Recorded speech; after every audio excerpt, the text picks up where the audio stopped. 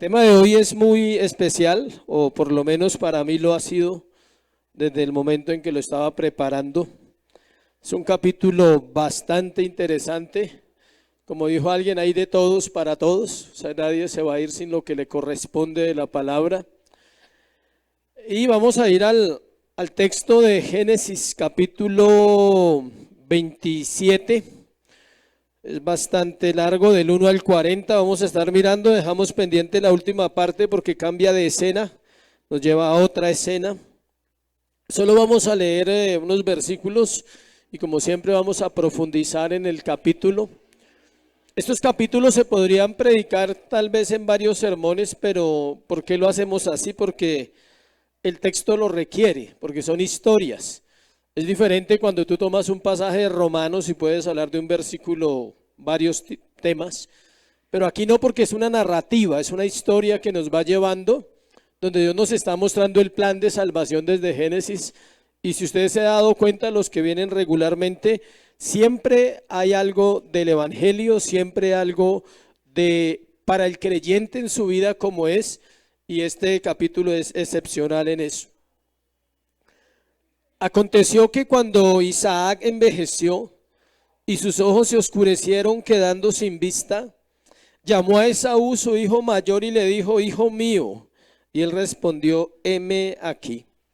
Y él dijo: he aquí, ya soy viejo, no sé el día de mi muerte. Toma pues ahora tus armas, tu aljaba y tu arco, y sal al campo y tráeme caza. Hazme un guisado como a mí me gusta, y tráemelo, y comeré para que yo te bendiga antes que muera. Padre, gracias por esta mañana, Dios, gracias por tu espíritu. Qué bueno es adorarte como cantábamos. Qué bueno es que tú nos llevas de gloria en gloria, Señor. Qué bueno es que tú estás obrando siempre en la iglesia. Y qué bueno escucharte hablar, Dios. Anhelamos oír la voz de tu espíritu, no la del hombre que predica, Señor, sino la voz de tu palabra, Dios, penetrando en el corazón del creyente, trayendo vida sobre él, Señor. Oramos en los méritos de Cristo, en la obra de la cruz del Calvario, donde tú compraste nuestras almas, Dios, y las compraste para darnos vida y para darnos salvación. Ahora nos hablas a través de tu palabra. Es en Cristo Jesús, Señor. Amén y amén. La soberanía de Dios y la necedad del hombre. La soberanía de Dios y la necedad del hombre. Podríamos durar toda una vida, o no podríamos, sino duraríamos toda una vida, es mejor dicho, para entender la soberanía de Dios. Es inescrutable, es algo tan rico, tan necesario para el creyente que no hay palabras para poder expresar cómo se entiende la soberanía de Dios. Y quizás esa sea la lucha de la gran mayoría de los creyentes, aún de los verdaderos creyentes, entender que la soberanía de Dios, cómo actúa. ¿Y por qué es la lucha del creyente? Por la necedad del hombre. Vamos a ver un paralelo impresionante de cómo Dios obra en la vida de esta familia. Hoy vamos a hablar de una familia. ¿Cuánto les gusta que se hablen de las familias? Vamos a hablar de un padre, de una madre y de dos hijos súper espectaculares. O sea, eran recontra bendición. Todos cuatro eran unos personajes especiales. Normalmente siempre estamos juzgando a Jacob, ¿no? El engañador. Esaú, el que vendió la primogenitura. Pero hoy vamos a ver al papá y a la mamá cómo los hijos son mucho reflejo de los padres, de lo que ellos eran. Qué bueno es Dios al permitirnos conocer un poco de su carácter.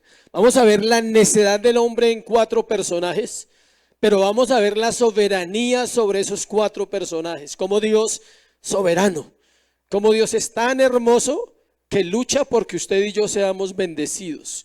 Y nosotros luchamos por obtener las cosas a nuestra manera. Su corazón, o sea, el corazón de Dios, siempre procurará el bien de nosotros. Nunca se le olvide eso. En Dios no hay mal y no hay maldad.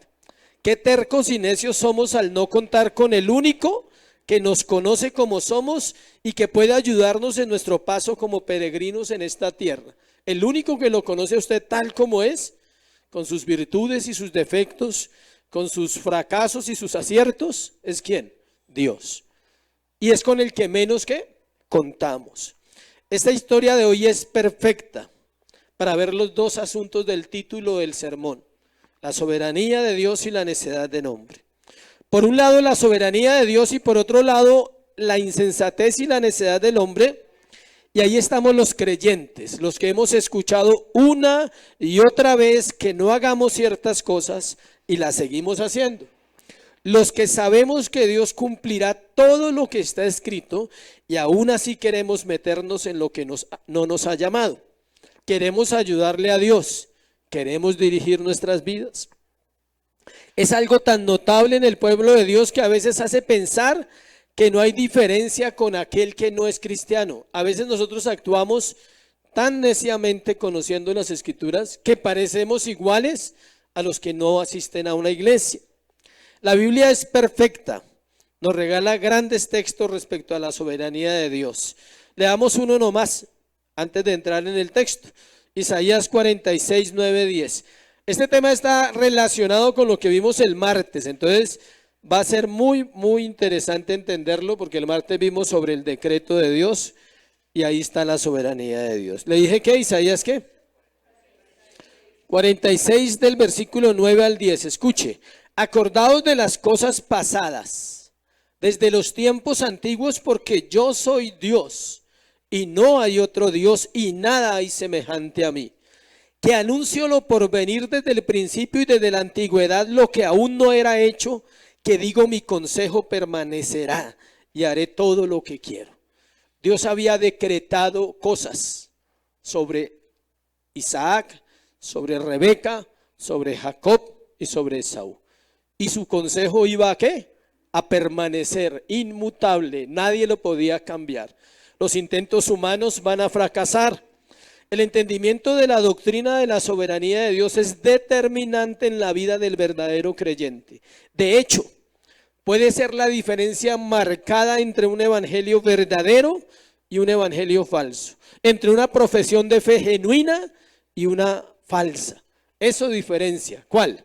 La soberanía de Dios. ¿Por qué? Porque el que la comprende descansa. Dice que entra en el reposo. Eso es verdadero. Usted tiene que entrar en el reposo, no es a dormir, aclaro, ¿no? Sino es a descansar en el Señor, pero se descansa haciendo. No se descansa sin hacer, se descansa haciendo. Escuche, entender la soberanía de Dios nos lleva a vivir una manera diferente el cristianismo, a ver todo lo que sucede diariamente en nuestras vidas y en todo el mundo con los ojos puestos en Dios y en su palabra. Cada suceso que está pasando ahorita está bajo la soberanía de Dios. Ahorita está muriendo gente, ¿usted lo sabe? Se calcula que 150,000 a 200,000 personas mueren diariamente en el mundo. 200,000 personas diarias. No es nada comparado con 7.8 billones de habitantes. Eso es un mosco para esa cantidad de personas. Pero no queremos estar entre esos 200,000 que les toca cada día. O 180 o 150. Esa soberanía es de Dios. ¿Están naciendo personas hoy? Claro, cientos de mujeres en el mundo entero. En este momento, mientras estamos hablando y escuchando, hay partos en todo el mundo. En este momento hay millones de personas escuchando la palabra en Latinoamérica por el horario. En otros países ya la escucharon porque ya es tarde. En otros la escucharon ayer porque ya es mañana. Y en este momento la raza humana está pecando absolutamente contra Dios. Si usted pudiera contar los pecados de 7.8 billones de habitantes, sería suficiente para que Dios acabara esto con un soplo, porque es abominable ante Dios el pecado del hombre. Pero su soberanía dice que no, todavía. ¿Por qué? Porque Él procede a darnos tiempo para que nosotros ¿qué? Procedamos al arrepentimiento. Por eso Dios es tan bueno y misericordioso. Vamos a entrar en la historia, le pido que esté atento. Le vuelvo y le repito, para mí fue impresionante estudiar, fui ministrado, fui confrontado con mi vida. Espero que Dios haga lo mismo esta mañana con usted. Primero, vamos a ver lo primero. Vamos a darle el turno al padre. El turno de Isaac. Vamos a ver 4 personas que mostraron su necedad y 4 veces o en todo momento Dios mostró ¿qué? Su soberanía. Cambiando, interviniendo, frenando, hablando, ayudando, porque así es nuestro Dios. Aconteció, dice, antes de leer el texto, dice, entramos a este capítulo, debemos empezar notando que han pasado muchos años. No te vamos a leer. Aconteció que cuando Isaac envejeció y sus ojos se oscurecieron quedando sin vista, llamó a Esaú, su hijo mayor, y le dijo, hijo mío, y él respondió, ¿qué? Heme aquí. ¿Se acuerdan? Vamos a recordar. Hay una relación muy bonita entre ellos dos, siempre la ha habido. Siempre el hijo le ha cocinado, él es encantado con los manjares de Esaú, a él le encanta que él sea un cazador y ellos tienen una relación buena. Heme aquí, padre, o sea, ¿qué necesitas? ¿Qué hay que hacer? ¿Sí? Escuche, la última parte que leímos de Esaú, si usted se devuelve un poquito en el versículo 34, cuando Esaú era de 40 años, tomó por mujer a Judith y dice que tomó 2 mujeres y no le agradaron a los papás. Nos transportamos y ahora Isaac tiene 136 años. Han pasado 36 años desde que hablamos de Esaú. O sea que los mellizos tienen en este momento 76 años cada uno. Le invito a que lo mire en la Biblia y no se preocupe que es cierto. Bueno, la Biblia es confiable y da para todas las cuentas exactas. Es exacto. 76 años tienen mis 2 amigos. ¿Qué piensa usted de una persona de 76 años hoy?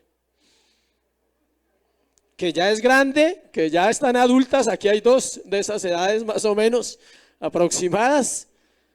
76 años. O sea, Dios habla hasta en los años, ¿no? 76 años este par de Esaú. Vamos ahí. Han pasado 36 años.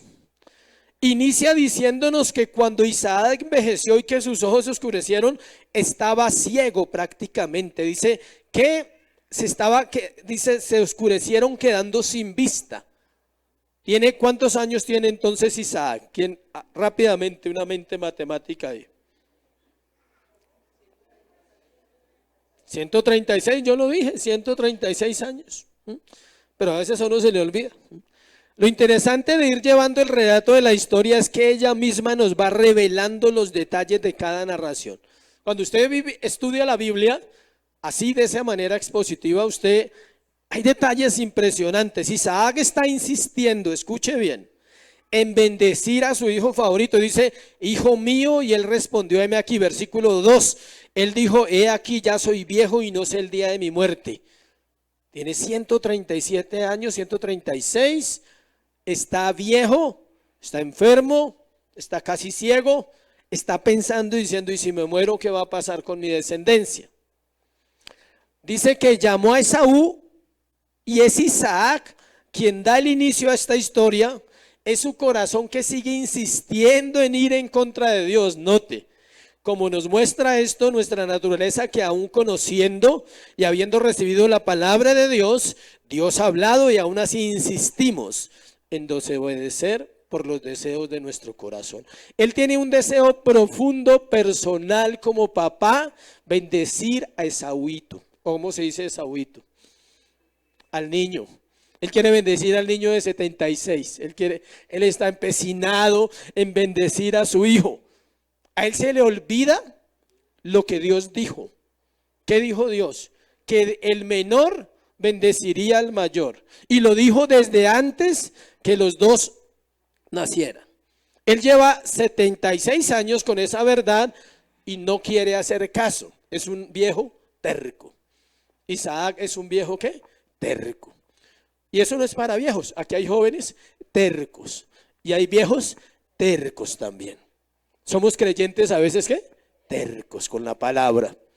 Toma pues ahora tus armas, tu aljaba, tu arco y sal al campo y tráeme caza. Hazme un guisado como a mí me gusta, tráemelo y comeré para que yo te bendiga antes que muera.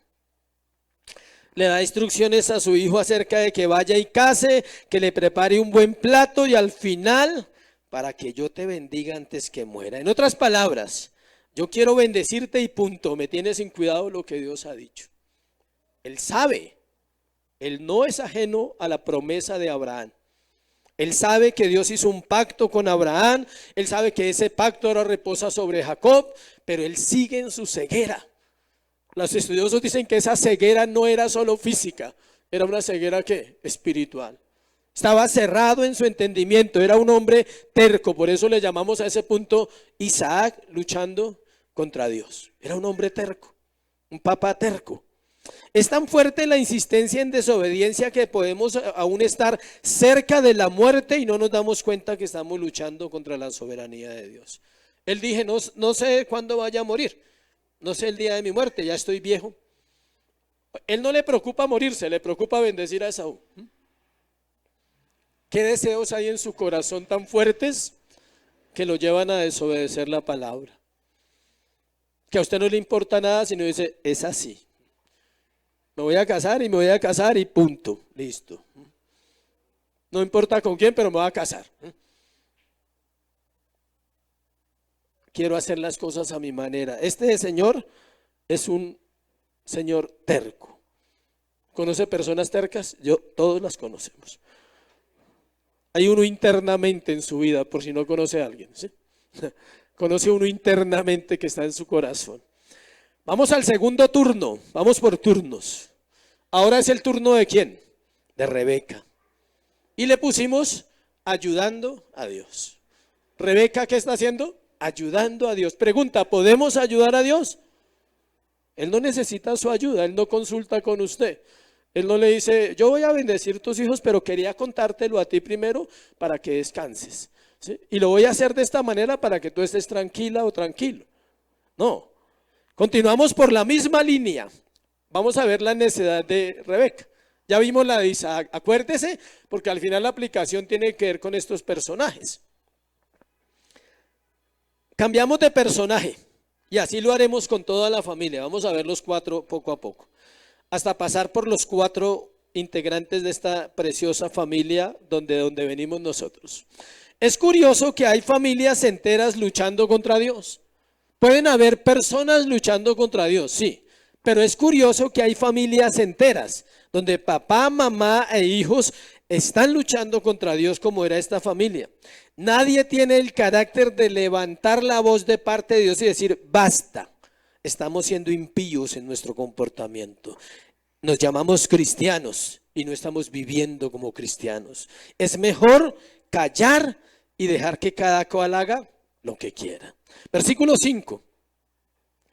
Y Rebeca estaba oyendo cuando hablaba Isaac a Esaú su hijo, y se fue Esaú al campo para buscar la casa que había de traer. Qué mala maña, ¿no? O sea, la de oír.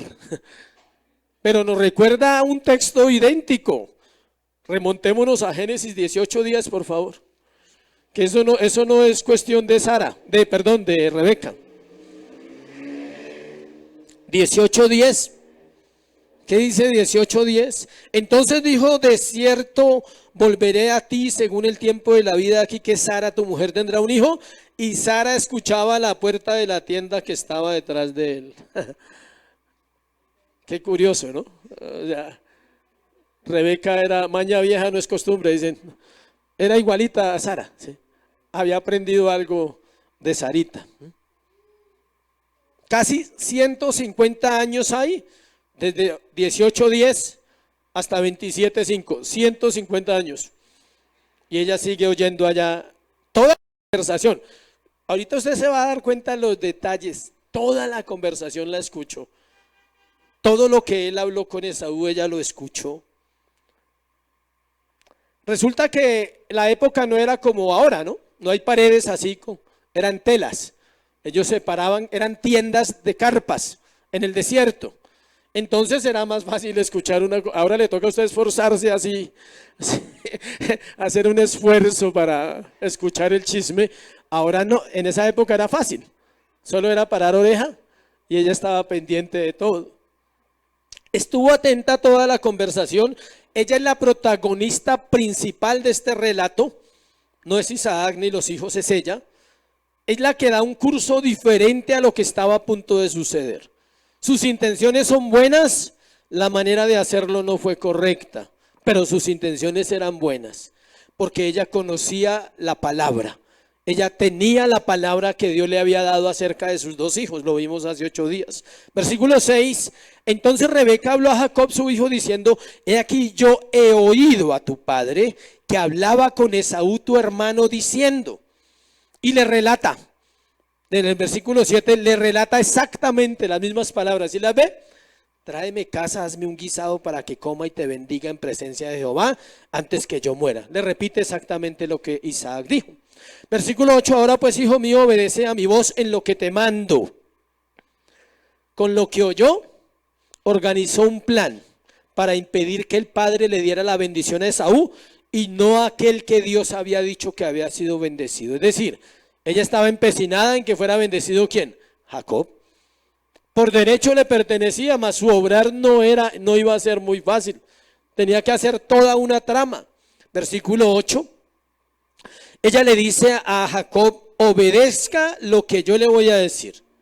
Aquí hay varios aspectos que no se ven y algunos se pueden tratar de justificar la acción de ella porque está en medio de sus afectos. Ella dice, definitivamente Esaú no puede ser bendecido, el menor bendecirá al mayor. Ella quiere hacer cumplir la voluntad de Dios a su manera. Si es así, vamos a mirar por qué. Si yo conozco la palabra, escuche bien para usted. Si usted conoce la palabra y sabe que lo que la Biblia dice es verdad y usted sabe que eso se va a cumplir, la manera para hacerlo cumplir no es como usted quiera, es como Dios diga. Mire lo que ella tenía que hacer. Si en realidad ella conocía la palabra y quería que se cumpliera la voluntad de Dios, tenía que haber intervenido, haber salido de esas telas y haber confrontado a Isaac, decirle a Isaac, un momento. O sea, tú no puedes bendecir a Esaú. Ah, pero ¿por qué si yo soy el que mando aquí? Aquí se hace lo que yo diga, Rebeca. Yo soy el hombre y aquí mando yo. No, tú no lo puedes bendecir. Recuerda que hay una palabra que Dios nos dio, que Jacob sería el que bendeciría a su hermano. El menor bendecirá al mayor. Esa era la actitud correcta. Pero al parecer no hay una relación suficiente como para ir a decirle al esposo y confrontarlo y decirle, no. Usted no puede bendecir definitivamente a Esaú. Otro asunto es que ella está tomando el lugar de dirigir los asuntos a conveniencia. Está enseñando mal a un hijo que ya era engañador, le está reforzando con un ejemplo al engañar al papá. Van a engañar al papá entre los dos y lo vamos a ver. Ella está usando el mismo patrón, versículo 9, versículo 10.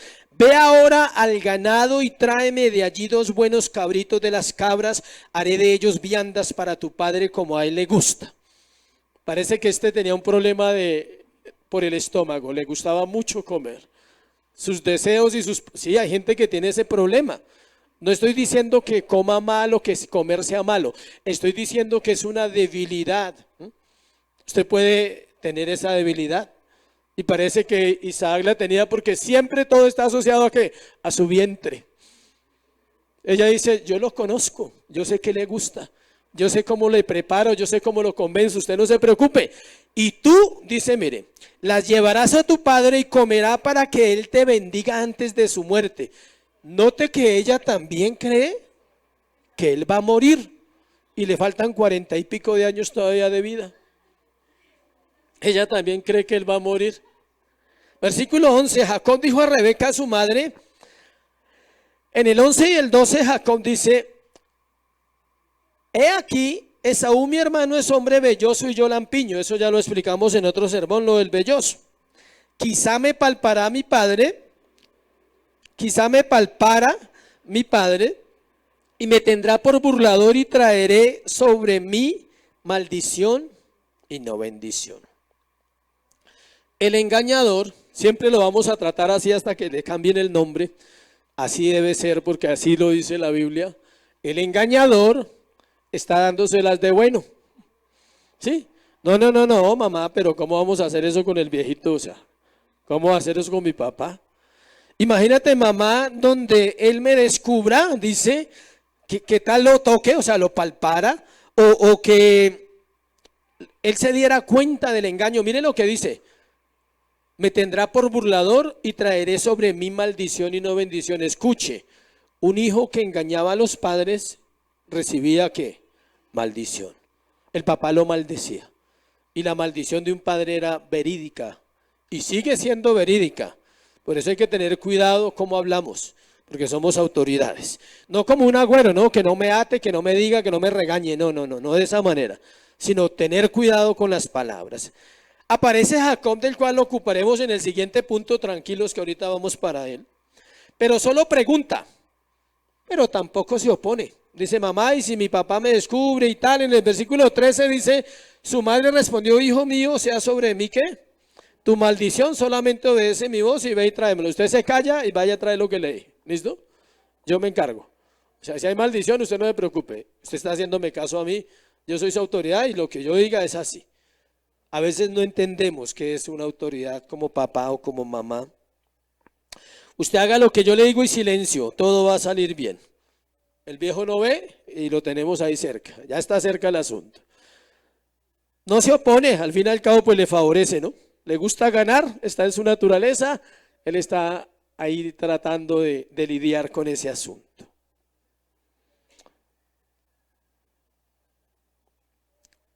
En versículo 7, si usted se devuelve, perdón.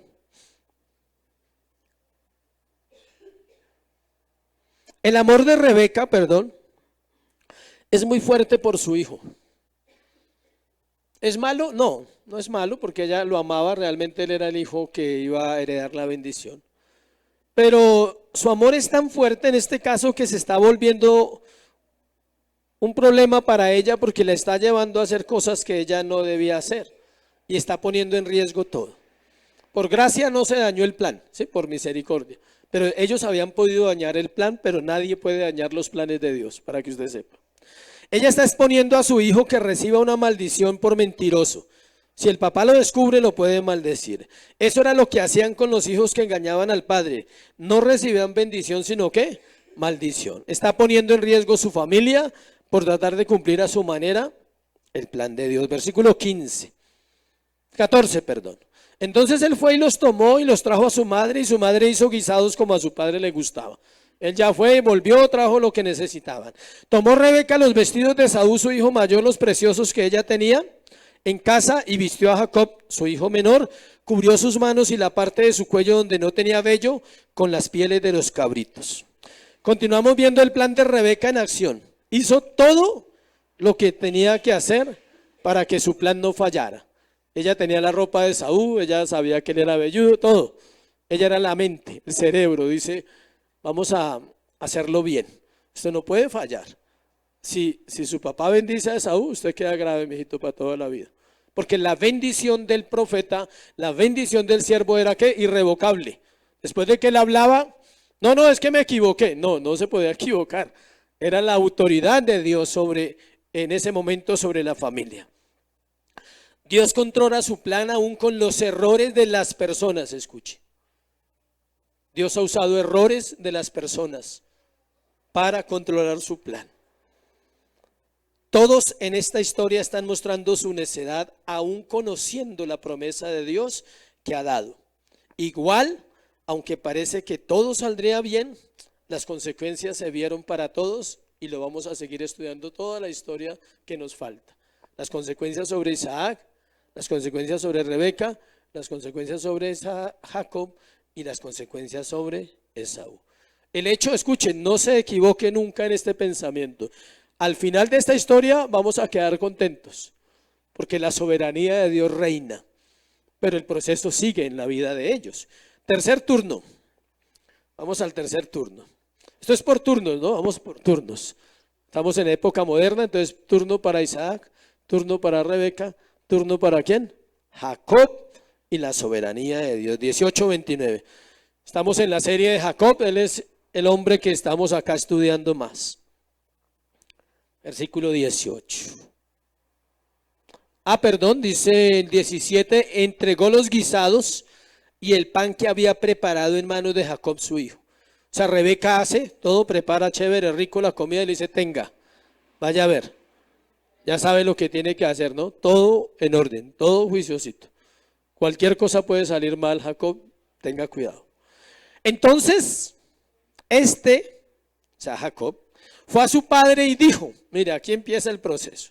Padre mío. Isaac respondió, heme aquí. ¿Quién eres, hijo mío? Y Jacob dijo a su padre, yo soy Esaú tu primogénito. He hecho como me dijiste, levántate ahora y siéntate y come de mi casa. ¿Para qué?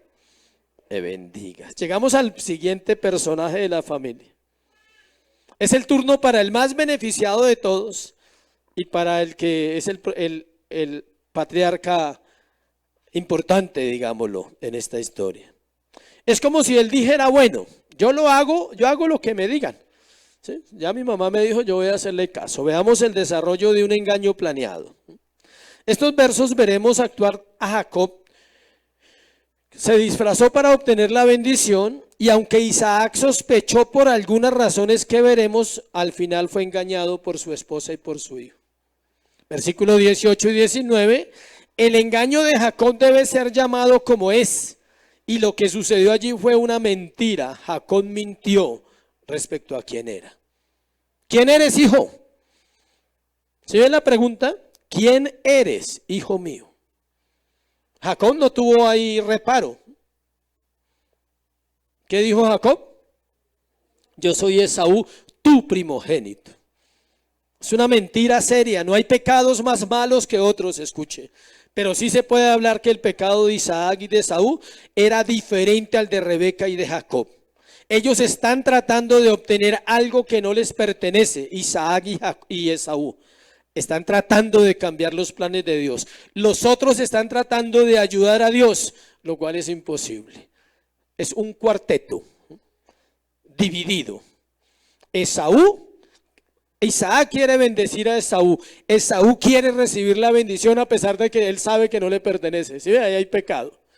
Rebeca quiere que su hijo sea bendecido y Jacob quiere ser bendecido, lo cual les pertenece por derecho, pero lo están haciendo de la manera incorrecta.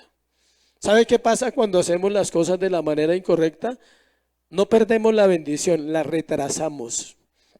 Y quizás harto tiempito, porque aquí, para que él vuelva, él ahorita se va, más adelantico le toca irse porque el hermano dice, lo voy a matar. Y pasan 20 y pico de años hasta que tiene su encuentro personal con Dios. Y es cuando es cambiado, ¿qué? Su nombre. Antes simplemente es un peregrino pagando las consecuencias de un engaño. Jacob fue descendiendo, él va descendiendo, el pecado es así, iglesia. El pecado no es inmediato, usted no tiene una caída inmediata, usted va descendiendo. ¿Qué dice el Salmo 1? Bienaventurado el varón que ¿qué? Que no anduvo en consejo de malos, ni estuvo ¿en qué? Camino de pecadores, ni en silla de escarnecedores se ha sentado. Así es el pecado. Primero se anda con los pecadores, con el mundo. Luego se está con ellos, ya se hace parte. Al último usted termina sentado, escarneciendo lo que es la vida con Dios. ¿Sí ves? Es un proceso. En versículo 11 y 12, devolvámonos un poquito, que fue lo que les dije que íbamos a hablar. Jacob dijo a Rebeca, su madre, he aquí Esaú, mi hermano, es hombre velloso y yo lampiño, quizá me palpará a mi padre y me tendrá por burlador y traeré sobre mí maldición y bendición. Ahí tuvo un poquito de luz. Ahí todavía dijo, uy, el asunto es delicado. Si me pillan, voy a tener problemas para siempre con mi papá, me va a maldecir. Sin embargo, pues lo pasó por alto. Versículo 20. Entonces Isaac dijo a su hijo, ¿cómo es que la hallaste tan pronto, hijo mío? Sí, el viejo sospechaba en todo caso. Dice, ¿cómo así? O sea, pero hace poquito te mandé a casar. Y mire lo terrible, cómo el pecado va aumentando. Usted miente y luego es más pecador, mire. En este verso la situación se agrava porque usa el nombre de Dios para la mentira. lo cual es una blasfemia.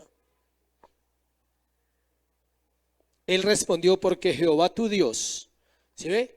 Jehová tu Dios, Jacob, hizo que la encontrase delante de mí. ¿A quién metió? A Dios. Ahí blasfemó, eso se llama blasfemia. Meter el nombre de Dios. O sea, fue terrible el pecado de Jacob. Por eso no se pregunte por qué no amaban a Esaú, sino es por qué amaban a Jacob. Si era tan especial. Acércate para palparte, le dijo el papá. Isaac dijo a Jacob, acércate ahora y te palparé, hijo mío, por si eres mi hijo, Esaú o no. Hay sospechas, es un tiempo de sospecha. El viejo está diciendo, pero ¿cómo así? Fue rápido, vino, aquí hay algo raro. Este es el momento en que Isaac está sospechando. Él sabía cuánto se demoraba en cazar a Esaú. Claro, no era la primera vez, muchos años lo había mandado a hacer esa tarea. Vaya, traiga algo y me cocina, hijo. Y el hijo era juicioso y venía y le cocinaba. Él tenía un cálculo, él decía, más o menos se demora tanto, viene, me hace el plato y todo. Hay una sospecha. Pero como hay ceguera y como hay terquedad y como hay necedad, no hay luz clara en el hombre de Dios, en Isaac. Versículo 22 y 23, Rebeca había hecho un trabajo muy bien al guiar a su hijo a disfrazarse. Lo único que no pudo cambiar Jacob fue su voz. Aún así, lo demás era similar a la apariencia de Saúl y además Isaac estaba casi ciego. Se acercó Jacob a Esaú, su padre Isaac, quien le palpó y dijo, la voz es la voz de Jacob, pero las manos de Esaú. Y no le conoció porque sus manos eran vellosas como las manos de Esaú. ¿Y qué dice? Le bendijo. Un momento de tensión difícil ahí. El hombre de Dios no tiene discernimiento en ese momento. No se pone a pensar, pero la voz no es la misma. ¿Por qué creen que él no pensaba eso? ¿O por qué creen mejor que no pensamos cuando nuestro deseo nos gana? Si sabe que nuestro deseo nos gana, siempre nos gana. Y no pensamos, no escuchamos. Había un deseo profundo en él. ¿Bendecir a quién? A Esaú.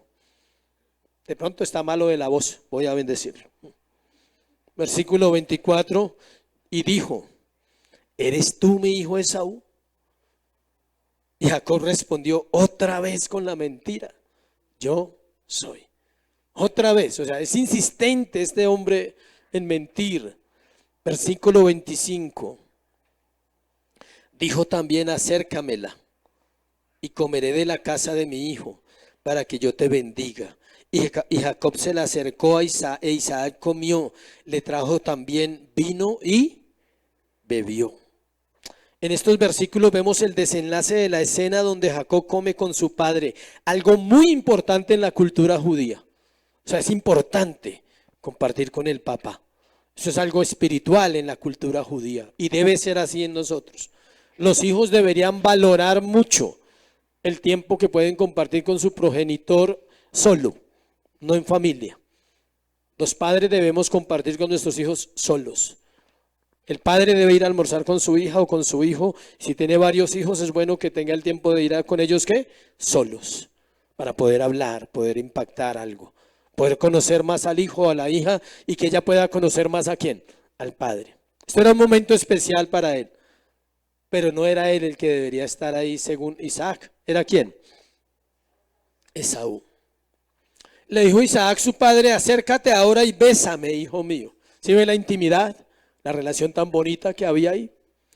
Jacob se acercó y le besó y olió Israel el olor de sus vestidos, Isaac, perdón, el olor de sus vestidos y le bendijo diciendo. ¿Vamos en qué? Es una bendición integral la que viene completa. Es la bendición de Dios sobre aquel que recibiría las promesas del pacto. Le dice, mira el olor de mi hijo, le dice a Dios. Mire la bendición tan bonita que le dan a Jacob. Mira, pero Isaac pensaba que se la estaba dando ¿a quién? A Esaú. Mire cómo es Dios. Su soberanía está ahí. Dice, ¿usted piensa que es para Esaú? Yo estoy bendiciendo a Jacob realmente porque Para él es la promesa. La palabra está sobre él y la palabra no puede ser burlada. Mira el olor de mi hijo, como el olor del campo que Jehová ha bendecido. Dios pues te dé el rocío del cielo y de las grosuras de la tierra y abundancia de trigo y de mosto. Sírvante pueblos y naciones se inclinen a ti. Sé Señor de quién? De tus hermanos. Y se inclinen ante ti los hijos de tu madre, los hermanos. Malditos los que te maldijeren, benditos los que te bendijeren. Esto no es sino otra extensión del pacto de Dios ¿con quién? Con Abraham. Toda la promesa está ahí, bendición financiera, bendición familiar, bendición espiritual, protección, todo. Si usted desglosa bien los versículos, usted encuentra que es una bendición ¿qué? Total, integral. Es un poco difícil de entender esto. ¿Cómo Dios usa los actos secundarios de los hombres para cumplir su propósito? Isaac estaba bendiciendo a Esaú, faltando hacia la obediencia porque Jacob debía ser bendecido. Pero es Jacob quien recibe esa bendición. En esa bendición hay fe, porque el Padre lo está haciendo ¿de qué? De corazón. Mire cómo Dios usa el proceso. Porque Isaac cree en Dios. Él cree que él sabe que tiene autoridad para bendecir a sus hijos. Él cree en Dios. Él, a pesar de todo, es un hombre que cree en Dios. Y él no está jugando con las palabras que está dando. Son palabras dadas ¿por quién? Por Dios, al Padre. Aquí está claramente la mano de Dios para hacer todo aquello que Él se ha propuesto por encima del corazón necio del hombre. Resumamos antes de entrar a la parte final. Isaac, el hombre terco que quiere bendecir a su hijo por su deseo. Rebeca, la mamá que quiere adelantarse, en vez de confrontar a su esposo, se quiere adelantar para que su hijo menor sea ¿qué? Bendecido. El hijo menor, muy inteligente, muy sabiecito, aprovecha y dice, aquí hay buenas cosas para mí. También está faltando, porque está mintiendo, blasfema, mete a Dios. Y llegamos al cuarto. ¿El turno de quién? De Esaú y sus consecuencias, versículo 30 al 40. Aconteció luego que Isaac, aquí está el drama, el desenlace de la historia. Aconteció luego que Isaac acabó de bendecir a Jacob y apenas había salido Jacob de delante de Isaac su padre, que Esaú su hermano volvió de cazar. Aquí, si usted quiere aprender sobre providencia, ahí está la providencia divina. Escuche, vamos a imaginarnos la casa. Es una casa antigua. Según la cultura judía, las casas no era, en esa época no estamos hablando de una casa con un techo, nada de eso. Estamos hablando de tiendas. Quizás en esta tienda estaba el cuarto, la tienda de Sara. ¿Sí? ¿Se acuerdan que hablamos la tienda de Sara? Ahí vivía, en la tienda de Sara vivía Isaac y Rebeca. Pero en otra tienda estaba ¿qué? La cocina. Quizás en otra tienda estaban los dormitorios de los muchachos. Eran tiendas, lo que llamamos hoy piezas o alcobas. Sí, no es como ahora sala, comedor, 2 baños, sí, o sea, no, nada, era así, era en el desierto, allá, abierto.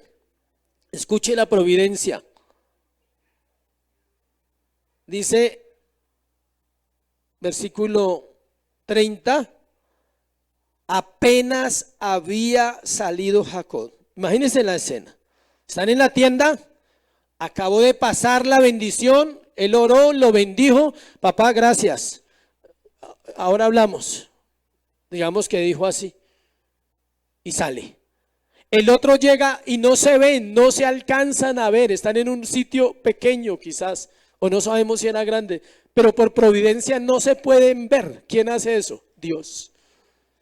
Si se ven el otro, ¿usted qué hace allá en la pieza de mi papá? O sea, ¿qué pasó? O sea, porque él desconfiaba de Jacob siempre. Jacob era fácil para desconfiar, ¿sí? Era un engañador. ¿Y usted desconfía de un engañador? Esaú podía haber llegado 1 minuto antes y haber entrado y decirle, papá, ya traje, y habérselo encontrado ahí en plena oración. Ya traje, y quedar ahí y decir, uy, ¿qué pasó? Jacob pudo haber ido a la cocina y haberse encontrado con Esaú. Nada pasó de eso. Son posibilidades. Pero escuche, nosotros no vivimos de posibilidades, vivimos de los decretos divinos, la palabra eterna actuando.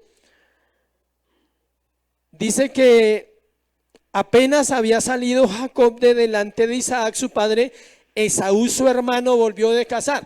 Esaú no fue donde el papá. ¿A dónde llegó? A la cocina. E hizo él también guisado, ahí dice, y se los trajo a su padre y le dijo: levántate, levántese mi padre, coma de la casa de su hijo para que me bendiga. Este es el drama. Este es el momento más tenso de la historia, el momento más crítico, el más miserable de la historia. Es el momento doloroso, triste, donde vienen las consecuencias. Él llegó a preparar el guisado y una vez más vemos el corazón de Esaú. Escuche, él le dice: padre, traje la comida, levántese mi padre para que me bendiga. Y aquí está la respuesta de Isaac. Entonces entonces Isaac, su padre, le dijo: ¿quién eres tú? Y él dijo: yo soy tu hijo, tu primogénito Esaú. Ahí ya el corazón de Esaú tenía que estar espichado, o sea, total. Ya él dijo: uy, ¿qué pasó aquí? Si mi papá me mandó a traer comida, que le preparara, y ahora me pregunta quién soy yo. Si él me conoce, él conoce mi voz, él conoce mi olor, porque él olía, porque era cazador. ¿Sí? Tal vez no había mucha agua, también olía. Se estremeció Isaac grandemente y dijo: ¿quién es el que vino aquí, que trajo caza y me dio y comí de todo antes que tú vinieses? Y yo le bendije y será bendito. Se estremeció. Esta palabra es yarat en hebreo, significa temblar. Se refiere al pánico que sintió al saber que estaba actuando en contra de Dios. Aquí Dios le corre un velo a Isaac. Aquí Dios le confronta el corazón a Isaac, le dice: no es como tú quieras, Isaac, es como yo digo. Bendijiste al que yo quería bendecir, no al que tú querías bendecir, porque no se hace a tu manera, Isaac. Lo confronta. Por eso el término dice: se estremeció, o sea, él entró en temor, dijo: uy, bendije a Jacob. Y Dios le hizo caer en cuenta que Jacob era el hombre bendecido. Pero mire lo que dice: cuando Esaú oyó las palabras de su padre, clamó con muy grande y muy amarga exclamación y le dijo: bendíceme también a mí, padre mío, por favor. Se quiebra Esaú también. Al final dice que se estremeció. Esta palabra ya la vimos, la de Isaac, y en el versículo 34 Esaú también vivió un momento muy terrible al darse cuenta que su padre había bendecido a Jacob y que para él no había bendición. Él sabía que no podía haber sino un primogénito. Pero escuche dónde está el pecado de Esaú. Porque claro, pobrecito, no dice: viste, se reventó ahí. Se dio cuenta que perdió todo. Esaú está reclamando algo que él había vendido. Él vendió la primogenitura, ¿por qué? Por un plato de lentejas. Y hizo un juramento, y los juramentos no cambian en Israel. Y si usted jura en la tierra, usted debe cumplir, para que usted sepa. Los juramentos no son un juego, por eso Dios dice: no juréis ni por el cielo ni por la tierra. Pero para los que no saben, juramos constantemente. Cada vez que digo la verdad, estoy jurando que es la verdad. Cada vez que yo hablo la verdad, estoy bajo un juramento santo, porque estoy diciendo la verdad de Dios. Si juramos. Eso no era un juego, él sabía lo que estaba pasando. Al final, escuche, en el versículo 33 devolvamos un poquito cuando dice: al final yo le bendije y será ¿qué? Bendito. Aún en su ignorancia o en su lucha, Isaac sabía que no se podía reversar las palabras que habían salido de su boca. El autor de los Hebreos nos da el mejor comentario al versículo 33. Tenemos que leerlo. Hebreos 12, 16, 17. No se necesita ningún otro comentario. Ningún comentarista lo puede superar, porque es el autor divino, Dios, el que da ese comentario de Génesis 27, 33. Hebreos 12, 16, 17. No sea que haya algún fornicario o profano como Esaú que por una sola comida vendió su primogenitura. Porque ya sabéis que aún después deseando heredar la bendición, fue desechado y no hubo oportunidad para el arrepentimiento, aunque lo procuró con lágrimas. Ahí dice, cuando Esaú oyó las palabras de su padre, clamó, o sea, lloró con muy grande y muy amarga exclamación y le dijo, bendíceme a mí también, Padre mío, por favor. 35, él dijo, vino tu hermano con engaño y tomó ¿qué? Tu bendición. Isaac le dice, lo siento, no puedo bendecirte. No hay sino una bendición y no hay sino un heredero de la promesa. Esaú respondió, bien llamaron su nombre Jacob, pues ya me ha suplantado 2 veces. Se apoderó de mi primogenitura y aquí ahora ha tomado mi bendición. Y dijo, no has guardado bendición para mí. Él expresa que su hermano con un corazón, él se expresa de su hermano con un corazón lleno de amargura. Pero se le está olvidando algo. Él vendió la primogenitura, no se la robaron. ¿Sí ve cómo la historia es real? A él no le robaron la primogenitura. Él la vendió cuando tenía 40 años y se le olvidó. Escucha, a uno se le olvida lo que hace. ¿Sí le ha pasado que a uno se le olvida lo que hace? Después uno dice, pero Dios, pero Señor, o sea, pero clamo de día y clamo de noche y tú no me oyes, Dios, ¿qué pasa? Dios dice, ¿quieres que te recuerde algo de tu vida por lo cual tenemos que hablar? Y por lo cual tenemos que seguir arreglando cositas entre nosotros dos. No es que lo esté acusando, es que Dios sabe lo que somos y lo que vivimos. Versículo 37, Isaac respondió y dijo a Esaú, he aquí yo le he puesto por señor tuyo y le he dado por siervos a todos sus hermanos, de trigo y de vino le he provisto. ¿Qué pues te haré a ti ahora, hijo mío? Pobre Esaú. Dios ha puesto todo en orden. La necesidad de Isaac, la necesidad de Rebeca, la necesidad de Jacob y la necesidad de Esaú quedaron en orden, dice. Dios puso en orden a través de los errores de ellos la promesa que había. Podía retractarse. Esto muestra una vez más la condición de Isaac, la cual no era muy buena en ese momento. Él dice, ya no puedo hacer nada. ¿Qué pues te haré a ti, hijo mío? Y Esaú respondió a su padre, no tienes más que una sola bendición, padre mío. No hay nada para mí. Bendíceme también a mí, padre mío. Y alzó Esaú su voz y ¿qué? Y lloró. Qué duro es perder aquello que Dios tiene para nosotros. No sé si tú lo has perdido, yo lo he perdido en algún momento. Y he sido consciente que he perdido. Y me ha dolido en mi corazón. Y he orado y le he dicho, Señor, soy consciente que hay muchas cosas que no tengo hoy, porque he fallado, porque he pecado muchas veces. Pero ayúdame a entender tus caminos, ayúdame a descansar en tu soberanía, ayúdame a no ser necio y a no querer tomarlo por mi cuenta, porque si tú me lo quieres dar, tú me lo darás. ¿Cuándo? Cuando Él quiera, en el tiempo que Él quiera. El desenlace es muy triste, porque el mismo Isaac dice, ¿qué pues te haré a ti ahora, hijo mío? O sea, él dice, ¿qué hago? Deseaba bendecirte tanto. O sea, imagínense el corazón del papá cómo está y el del hijo. Dice, si tú supieras, Esaú, cuál era mi deseo, el de él, no el de Dios, era bendecirte a ti, pero no pude. Algo tuvo que haber pasado en la vida de ese hombre Isaac. Entonces Isaac, 39 de su padre, habló y le dijo, he aquí será tu habitación en grosura de la tierra y del rocío de los cielos de arriba, y por tu espada vivirás, y a tu hermano servirás, y sucederá cuando te fortalezca que descargarás su yugo de tu cerviz.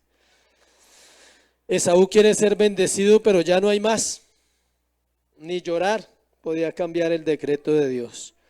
Las palabras que pronuncia Isaac no son una bendición, son vistas como una maldición. No tenían nada de bendición, no hay bendición en esas palabras. A él le tocaba otra historia, él no iba a ser bendición para nadie. Le tocaba trabajar, le tocaba esforzarse, le tocaba vivir, pagar un precio por todo. La gracia no iba a estar sobre él, ¿Cómo iba a estar sobre quién? Sobre Jacob. Aplicaciones. Desobedecemos voluntariamente a Dios cuando ya sabemos lo que tenemos que hacer y hacemos lo que deseamos. Isaac, él ya sabía. Desde años atrás sabía que la bendición era para quién, para Jacob. Pero él seguía insistiendo, él decía, no, yo voy a bendecir a Esaú. Hacemos así. ¿Qué sabes tú?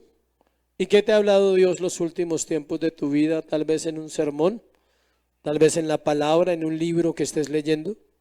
¿Qué te ha hablado Dios que tienes que hacer? Pero tú persistes en hacerlo a tu manera, en conquistar aquello que necesitas como, a tu manera. Te lo voy a poner más real. Tú quieres que Dios bendiga a alguien, ¿cierto? Y tú sabes si Dios quiere bendecirlo. Aún para eso tenemos que ser sabios, decirle, Señor, si no sucede, tus razones tienes, Dios. Escuche, yo quiero muchas cosas en mi vida hoy. Y tengo anhelos profundos en mi corazón que a usted ni le interesan ni debe saberlos. No es bueno el chisme. Pero cada vez que me pregunto por qué no sucede, pienso en esto, que a veces quiero que esas personas que yo amo sean bendecidas porque realmente los amo. Pero Dios sabe por qué no pueden ser bendecidos todavía. Y yo no quiero cambiar la voluntad de Dios ni hacer mi propia voluntad. Entonces, ¿qué hay que hacer? ¿Qué creen que hay que hacer? ¿Esperar en quién? En Dios. Estad quietos y creed que yo soy Dios. No busque culpables de sus situaciones, por favor. Segundo, examínese y Dios mostrará su propio corazón. No le eche la culpa a nadie, o sea, no le eche la culpa al terco de Isaac, no le eche la culpa a la afanada de Rebeca, no le eche la culpa al engañador y mucho menos al otro engañador, porque Esaú fue engañador, también tenía la característica, ¿sí? Quería recoger algo que había vendido, o sea, ya le habían pagado, entonces de malas, ya le tocaba con el plato de lentejas, y él quería la primogenitura, ¿sí ve? Él no midió el día que se comió el plato, él no midió su deseo, su hambre. Ahora le está echando la culpa a su hermano. Claro, el engañador me robó, lo voy a matar. Sí, porque él dice, lo voy a matar, dice después. Él está echando la culpa. En vez de decir, perdóname Dios, vendí mi primogenitura, no valoré tu gracia, no valoré tu favor. Esa era la tarea. Examínese, no busque culpables. No le eche la culpa a su pasado. No le eche la culpa a sus padres si usted es joven. No le eche la culpa a sus hijos si usted es viejo ya. No le eche la culpa a Dios, peor. Examínese. Y Dios le va a mostrar a usted su corazón. ¿Sabe para qué le muestra su corazón? Para sanarlo, para restaurarlo, para amarlo. Y la última. La necedad está ligada al corazón del muchacho. Proverbios 22:15.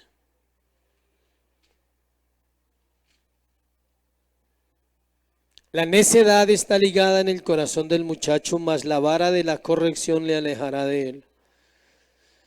El término muchacho no expresa solamente una persona joven en el hebreo, expresa una persona inexperta, una persona inmadura, una persona necia. La necedad está en nosotros, está en usted. Y está también en quién, en mí, en diferentes aspectos, pero la necedad está unida a nuestro corazón. Por eso es importante madurar en la palabra y crecer en ella, para evitar ser ¿qué? Necios. Por eso el salmista decía, enséñame buen sentido y sabiduría, porque tus mandamientos he creído. Los que te temen beberán y se alegrarán, porque en tu palabra he esperado.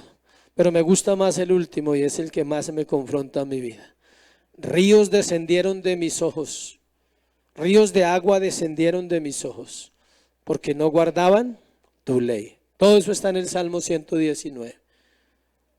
Si usted no sabe nada de la Biblia, es más fácil ser necio en sus acciones. Por eso a veces somos tan necios. Amén. Oremos, póngase sobre sus pies. Pidámosles a Dios que por misericordia y por gracia su soberanía se establezca en nosotros. Amén. Que nos perdone cada vez que hemos sido como alguno de esos cuatro. Coja el que más se le acerque. Bueno. Hay cuatro opciones. Alguna tiene que encajar en nuestra vida. Si usted es un si usted es un viejo terco, entonces dígale: Señor, perdóname. Si es una mujer aceleradita, Señor, trae paz a mi corazón. Si es un engañador y cree que está engañando a los demás, Dios le va a mostrar que usted no puede engañar. Y si usted está reclamando algo que ya vendió, peor. Señor, gracias por esta palabra. Dios, anhelamos conocerte. Padre, tu palabra dice que tú eres bueno, Señor. Que estás lleno de gracia y de misericordia, Dios. Y apelamos hoy a la paternidad tuya sobre nosotros. Acudimos a Dios Padre diciéndote: somos tus hijos. Hemos pecado, Señor. Hemos hecho necedad en nuestro corazón y la necedad está ligada a nuestro corazón. Mas pedimos tu misericordia, tu favor, que nos ayudes a verlo claramente, a no buscar culpables, a asumir nuestras responsabilidades, a confiar y creer que tú enderezas lo torcido. Y que a pesar, Señor, de nuestra necedad, tu soberanía siempre cumplirá su propósito en nosotros. Te damos gracias, Señor, por este tiempo en Cristo Jesús. Amén. Y amén. Dale un aplauso al Señor hoy.